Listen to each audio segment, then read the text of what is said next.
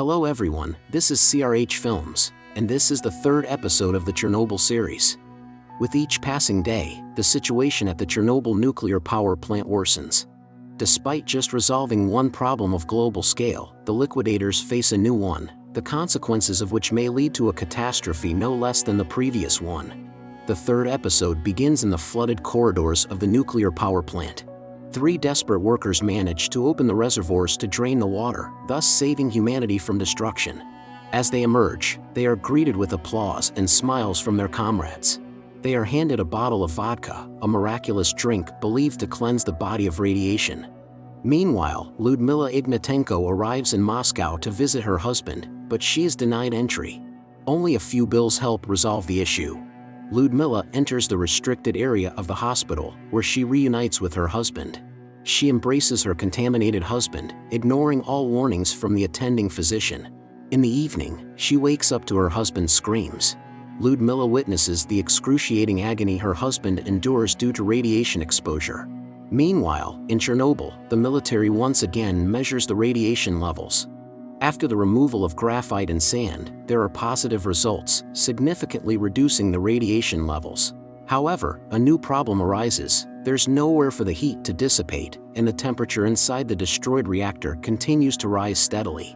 This could lead to the molten fuel melting the concrete slab beneath the plant, allowing nuclear waste to seep into the groundwater. Such a scenario would result in an unprecedented environmental catastrophe. Solving this problem requires all the liquid nitrogen available in the Soviet Union. In a phone conversation, Gorbachev assures Legasov and Shcherbina of unlimited resources to mitigate the accident.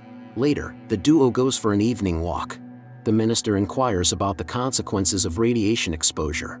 Legasov explains that those who participated in firefighting during the initial hours of the accident will face a very painful and slow death. Others will succumb to cancer and die within 5 to 10 years. Shcherbina remarks that they got off lightly. KGB agents monitor the minister and the scientist. Returning to the hotel, Legasov talks with Khomyuk. She is curious about why and how the reactor exploded. Legasov advises her to go to Moscow and inquire about everything from those who were at the reactor control room that night. On May 3, 1986, the Minister of Coal Industry arrives in Tula accompanied by 2 military personnel and several trucks. The arrival of the official interrupts the well-deserved rest of the miners. The minister explains that he has orders to bring the miners to Chernobyl. They are to excavate the site under the reactor so that other specialists can install cooling elements there.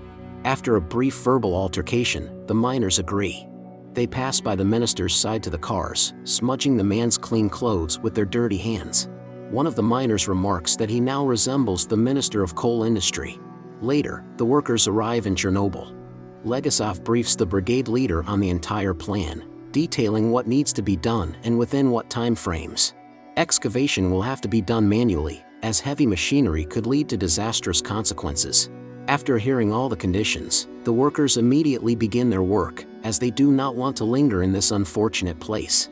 Due to the high temperature in the shaft and the refusal of the management to provide fans, the miners have to work completely naked. We are then taken to Moscow. Despite all the doctor's warnings, Lyudmila Ignatenko approaches her husband too closely and confesses that they will soon have a child. Meanwhile, Khomyuk arrives at the hospital to interrogate the station workers about what exactly happened on that fateful night.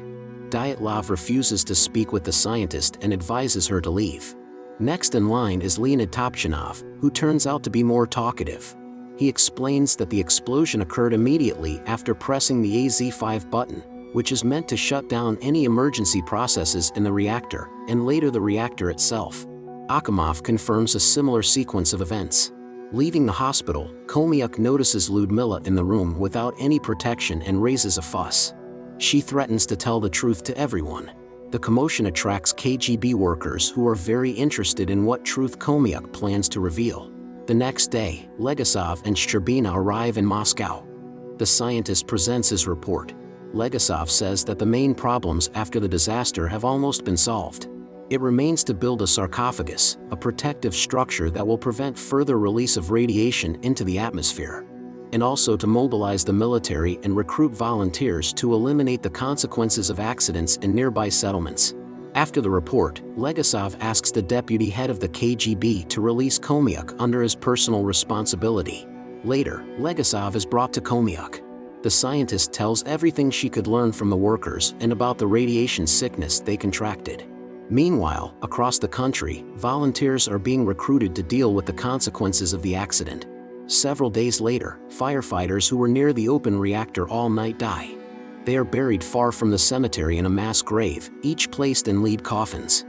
Additionally, they are covered with concrete to prevent the radiation emitted by their bodies from escaping. With that, the third episode of the series concludes.